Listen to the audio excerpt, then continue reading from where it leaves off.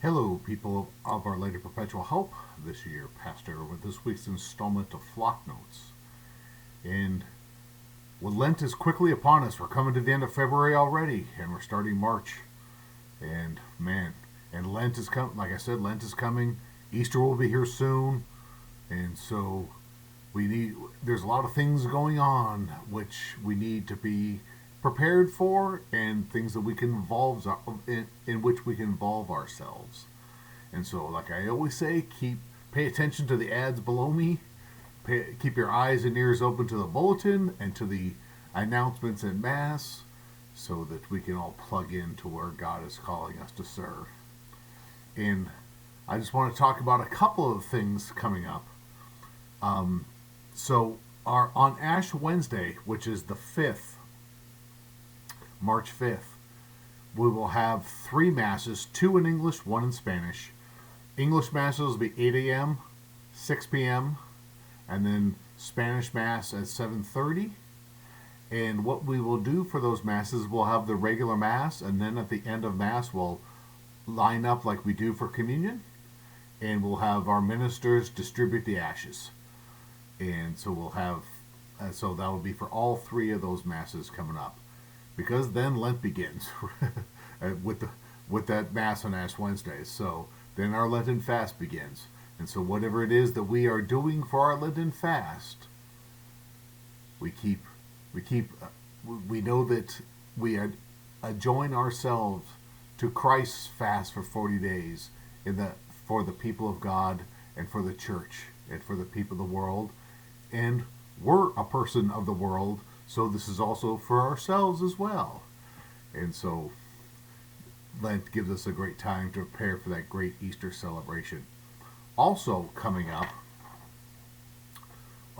in celebration of St. Patrick's Day, the Knights of Columbus will be serving traditional Irish fare on Saturday, March 15th at 6 p.m. And then also, too, we have our annual Lenten food drive in conjunction with the Christian Help Center. And so we'll be taking donations. There will be a bin in the vestibule of the church where we can drop off those donations, and we can, so that others who are less fortunate than ourselves can know our love, especially during this Lenten season.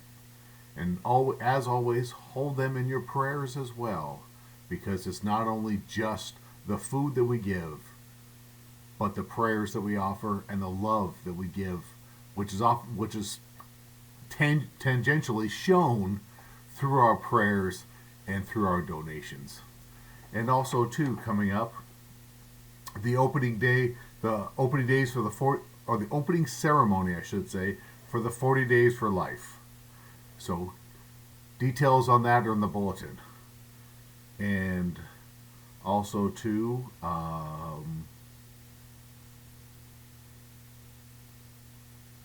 there are a lot of other things. I'm looking at my list here just to make sure I'm catching everything.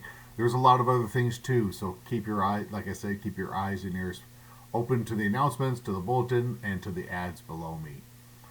Also, too, one other thing I wanted to kind of go through was, I think there's still some confusion, even though we've been at this a couple of years. There's still some confusion for our communion ministers. And so, real quick, I'm going to go through this. So pretend you're sitting in the church and you're looking at me, and this is the altar in front of me.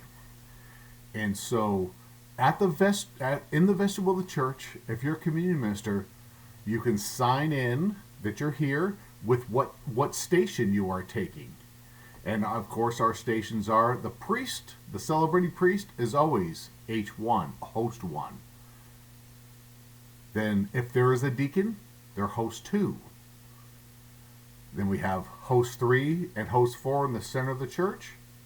And cup 1, the same side as the priest is on, as if I'm standing on the altar right now, I'm looking out, it will be to my right. Cup 2 will be to the left. Cup 3 will be in the center to the right. Cup 4 will be in the center to the left. And if we have a deacon, the deacon will be the one that goes to the tabernacle. If we do not have a deacon, Whoever is host two is the person that's supposed to go to the tabernacle, because host two has a second responsibility. So once they retrieve from the tabernacle, or I should say they have a couple of responsibilities here. So as they retrieve from the tabernacle and bring the ciborium back up to the altar, they take a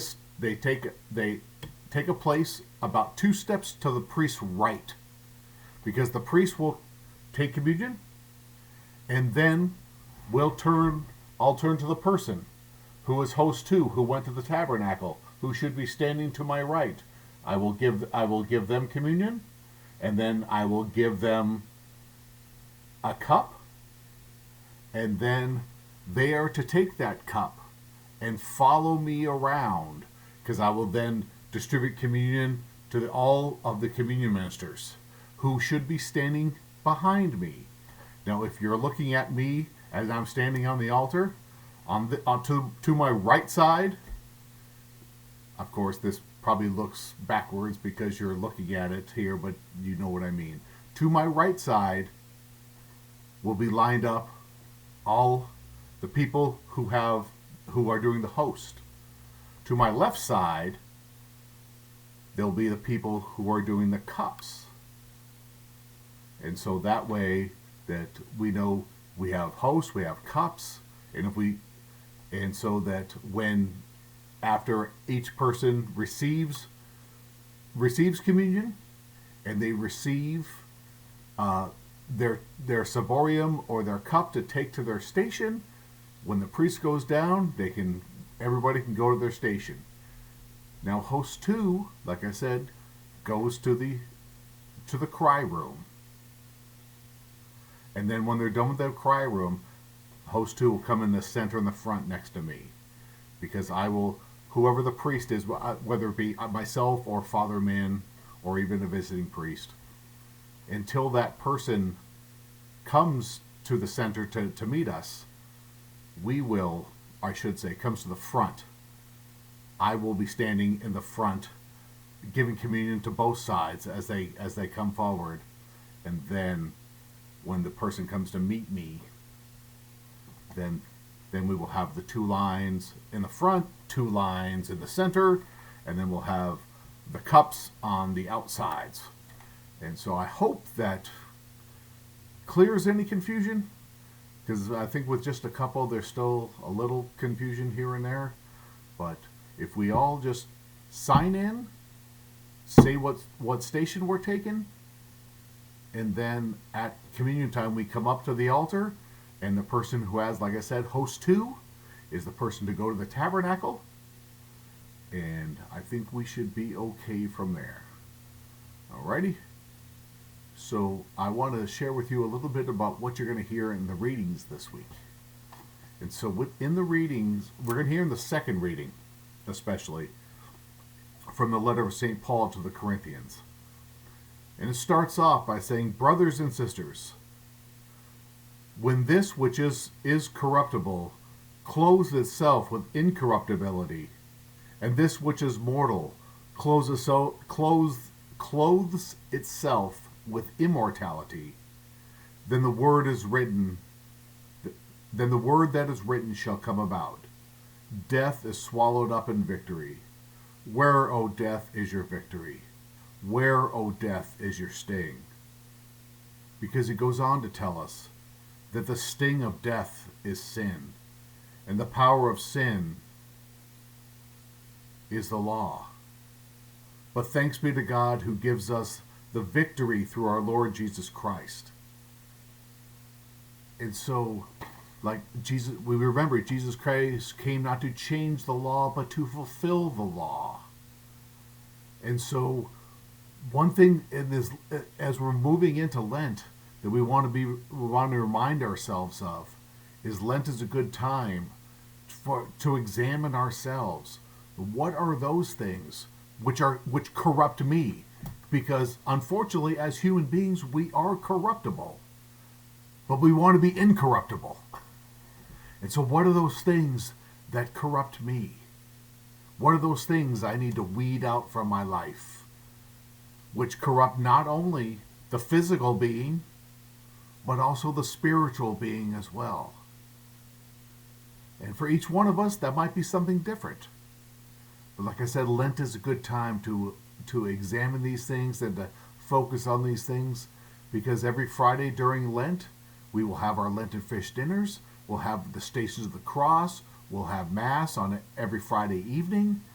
And throughout Lent and this Lenten season, not only do we have our Monday through Saturday 8 a.m. Mass, but those events on Friday afternoon, evening. And so Lent is a good time for us to where we can clothe ourselves with immortality, with all those things that are incorruptible, and He who is incorruptible, Jesus Christ. And so with that, I hope you all have had a great week. And not only do I hope to see you all at Mass on Sunday, I hope to see a lot of you when we celebrate after Mass with coffee and donuts. I hope you have had a great week. Bye-bye.